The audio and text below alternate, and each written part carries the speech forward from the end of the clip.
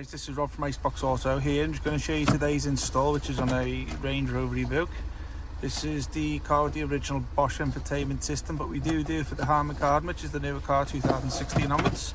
As you can see, this is all the original screen to the car, which still works. We have also installed this digital AC panel down here, but we've also done an earlier video for this, so I'm just going to zoom into the screen just to show you what you get on this. This is the 12.3.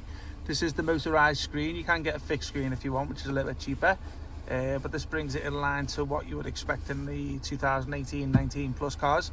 So this is the original menus. As you can see, it works in through the auxiliary of the car. These systems down here still are interaction with the original screen, as you can see there. There's your original navi. These buttons down here, there's your camera button, there's your park assist there, park and sensor button here, menu button, which obviously takes you back to there. And if you just press this one here, just 1 second, let me just lower the volume down because I haven't switched over to aux. Does work with steering wheel controls. There's me with the volume, but as I say, I haven't got the sound in today.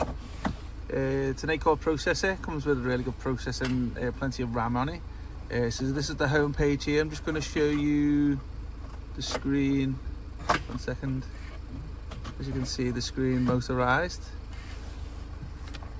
So you can get that in the OEM cars 2012. Let me just do that 1 second. So I'll just put it back to there. Sorry about the noise in the background, that's our engineer just finishing off the job. These icons down here, other than those two which you've just seen, that one takes you back to the original. These ones here takes you to the phone. Now this is the CarPlay setup, looks nice and colourful. So if you've got an Apple phone, it does give you built-in wireless CarPlay, which brings a lot of apps over from your phone, like some Navi maps, text messaging apps, music apps, stuff like that. There's me tab radio, a couple of messenger apps there. If you want to take it back to the Android settings, okay, I'll just go through this. So navigation, this has got built-in Google Maps, but you can add many maps of choice. This is an online app, so it does need a data connection with your phone. Obviously we haven't got that today, so obviously you can put like Waze and stuff. That's why you're not getting a map, because it hasn't got an internet connection. Go back to here. This music app, so if you want to put any music or albums onto a pen drive, if you're old-fashioned, you can do that and play it through there. Bluetooth, there's your Bluetooth if you want to just take your phone calls through there, but I've got the CarPlay set up so you take your phone calls through that instead. See how quick and responsive it is? Nice and responsive, as you would normally expect with a normal tablet. Setup just takes you into the back end settings, which allows you to customize it to, like, if your car's got an original rear camera, it'll work with. If your car's got 360 cameras, it'll work with that too, or alternatively you can put an aftermarket one on, which we are today. This navi here, if you download 15 different maps onto the system from the Android, they'll all come onto this page here, and you'll have a list. So when you select that, it basically what that does, when you go onto this navi here, where is it? 1 second. This navi here, obviously your maps of choice will go on there. Let me just go back to where were we? Settings, set up. Just a few other little things there. It's got built-in Wi-Fi if you want to link your internet to it. It does come with a SIM card holder, so if you want to put a 4G SIM card to it, you can get your internet connection that way. Let's have a little look. Applications. So this is where all your apps will basically go into. So obviously any apps of from the Play Store would download into here. As you can see, YouTube's there.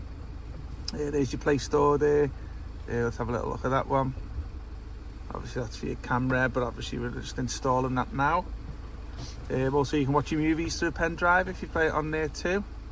There's a demo of it. Let's see, a nice quality HD. Let's have a little look. What's that one there? I think that's a music app. Yeah, I've been on that one.